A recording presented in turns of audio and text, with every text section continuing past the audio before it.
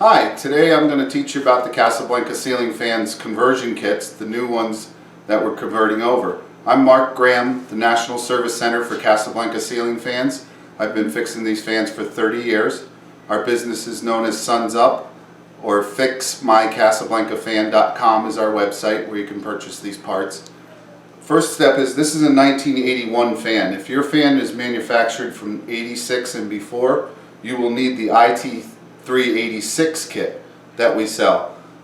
We're the only ones that have that particular kit and the instructions on how to do this, and Casablanca will refer you back to us if you call them the factory direct. The first step that you'll do, you can do this on the ceiling if you choose to. You can leave your blades on, but for filming purposes we took it off the ceiling and so we can show you exactly how to do it. You'll only need a screwdriver, a straight tip, a Phillips, and a pair of pliers, lineman pliers, to cut a couple wires in the bottom. You'll need your IT3-86 kit, which comes with a 6-wire wiring harness, and then your W85 wall control. Today, the 1981 fan will do the conversion from the old system to the new system.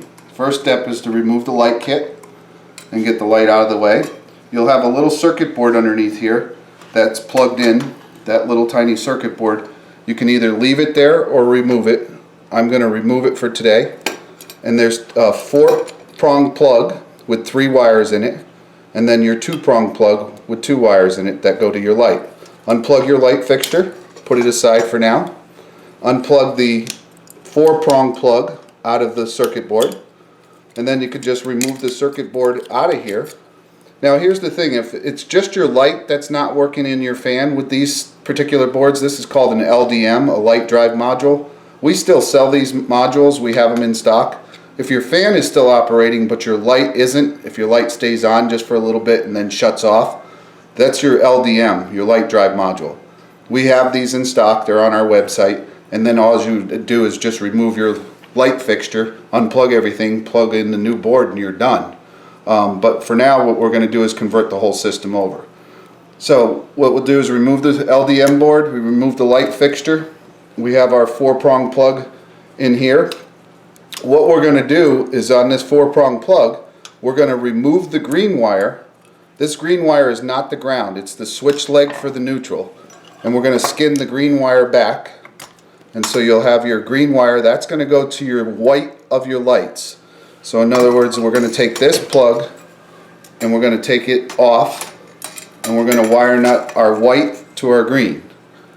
That gets wire nutted up, and then you'll take your next wire that loops through, and it does come with the instructions, but a lot of people get confused on this one. The next wire is the black. The black that loops through there, you'll pull it off the plug. The white, you'll pull off the plug. You do not use the white. You can just tuck that away. This one we're going to cut in half. When you cut it in half, you're going to skin both ends back on it, and then you're going to wire nut, take those 2 wires that you just cut in half, put it together, and then you're going to take off that other little adapter 2 plug and take the black from your light, and that goes to the double blacks, the 2 blacks that you cut in half. Sometimes this wire can be blue. If it's blue, same thing, you just cut it in half. It's the 3 wires that were on that plug. Sometimes you'll also have the green wire also can be a bluish color or black too. So that would be your light wiring to wire up your light with the new IT3 system, how to do it. Then our next step would be to take apart the fan. If the fan board's gone too, we're going to take these bolts. There's 3 or 4, or some have 5. This one in particular has 4, and they go right up through. You have acorn nuts on this side. So what you'll do is you'll hold down that nut and you'll take these 4 screws out. So what we'll do is take these 4 screws out. If your fan was up on the ceiling still with the blades on it, which is fine, you'll drop this plate down. It'll fall down onto your blades, and you'll leave it there, and then the center belly band ring that goes around the fan will just lift up on the top and put it out of your way, or you can split it in half. So I'll open up the fan now, and we'll put this aside. This is the belly band. You'll just slide that up if it was on the ceiling out of your way. In this case, we'll just take it apart, take it out of here. You'll see inside a plastic board.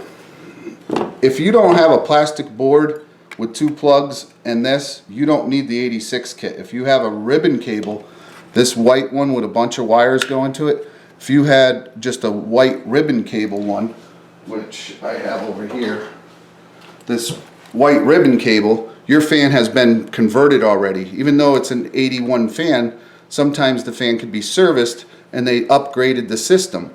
So we do have the other system that you would need for that. So if you did get into the fan and it's different, then you're going to need the upgraded IT3 system instead of the IT3-86. This particular one hasn't been converted yet. So what we're going to do is we have 2 plugs. We're going to unplug this main wiring harness, and then the BFR strip, we call it, that's the one with the 10-pin plug. This will not be used. We don't use this at all. That can be, and then remove your board. By loosening up the 2 Phillips screws, your board comes right off. Just back them out slightly. Then this strip will come right off, the BFR strip. This is the 86 and before strip. This is the 1987 up to the 2009, 2010 until they don't use this anymore. There's relays used into your circuit board. You'll have your 6 relays that click when you put it on. So then you grab your board, you'll just slap that right in there, tighten up the 2 Phillips screws to the board, you tighten those down. Then this is the tricky part. You got to make sure you plug this in. The 9-pin plug that comes off your board, you'll take your wiring harness that comes out of your motor, your original motor, and make sure the wires on this are facing this way in, and you have no wires coming out this way. That will line up on this with the 9-pin plug right dead center. So you'll have an empty plug on each side. 1 pin there, 1 pin there, empty. And you notice how my wires are not showing on this side, but they're lined up on this side. That's one way you know you definitely have your plug in right, because the wires are coming out on the same end. None on this side. Very important. I see this a lot, that customers will try to do this, or even master electricians. They'll take this plug and plug it in backwards, because it will go in backwards too. And then now you'll see that this is the wrong way. Don't do this, because now you have your wires coming out here on your motor plug and no wires coming out here. That's the easiest way to describe it. There is a little notch, you can feel the little notches on there that will line up with this clip, and it clips it in and locks it in. But you definitely want to make sure you're lined up and you have an empty pin on each side. That's the most important step of it all. And then just put your board in and you're all set. And again with your light, and that's it. You put it all back together and you have yourself a brand new fan. You do have your wall control next to wire up. This is the W85. You have dip switches on this. It's a little different than your W11 or W12 or W32. You'll have dip switches on here. You can change any little dip switch to whatever setting you want for multiple fans. So this way you're not controlling both fans on one control. Once you do that, you'll hook your green to your ground. Your black, solid black, will go to your fan wire, either your black or red going up to your fan. And then the black-white stripe goes to your power. This one will hook right to your power coming out of your household wiring. The red is capped off because this is for a 3-way for multiple fans, if you multiple switches. If you have 2 switches in the room, you'll use this. It's called a 3-way. You'll cut this off, skin it back. You'll have your black, your solid black, and your red are your travelers, and then this would be your point, which is your power or your fan, and then your ground. Once you wire those all in, what you'll do is you'll power on the power button, then you'll hold immediately following the next 2 buttons up, which is fan and reverse. Hold both of those in for a 7 count, or till you hear the audible pitch. Sometimes you'll hear in the fan, it'll give you a loud beep. Then you let go and you're all set. Now to function your fan is you'll hold in the fan button and wait for the beep and the click. And there's 6 speeds. It'll beep all the way up as you hold it. Let go at the comfort speed that you like. If you want to increase your speed, hold it in and it'll go up again. Once you're at your 6th speed, you have to tap the fan button once to shut it off, and then hold the fan button in again to start over. It does not cycle back down. It only goes up. We get a lot of calls saying that they only have high speed. If you just tap your fan button once and you're on high, it's never going to come back down. So you can't just tap it to turn it on. You have to hold it in and wait for the beeps. That's the biggest mistake with the IntelliTouch switches. The light on this particular 85 switch, when you hold it in, the light will dim, start from dim and go all the way up, and the light does cycle. Once it's up, it'll cycle back down, and it'll go back down to dim, and you can let go wherever you want it. And just by tapping the light on, light off, it'll come on and off. The other thing is, if you do have a three-way with this particular switch, the power buttons work as your three-way.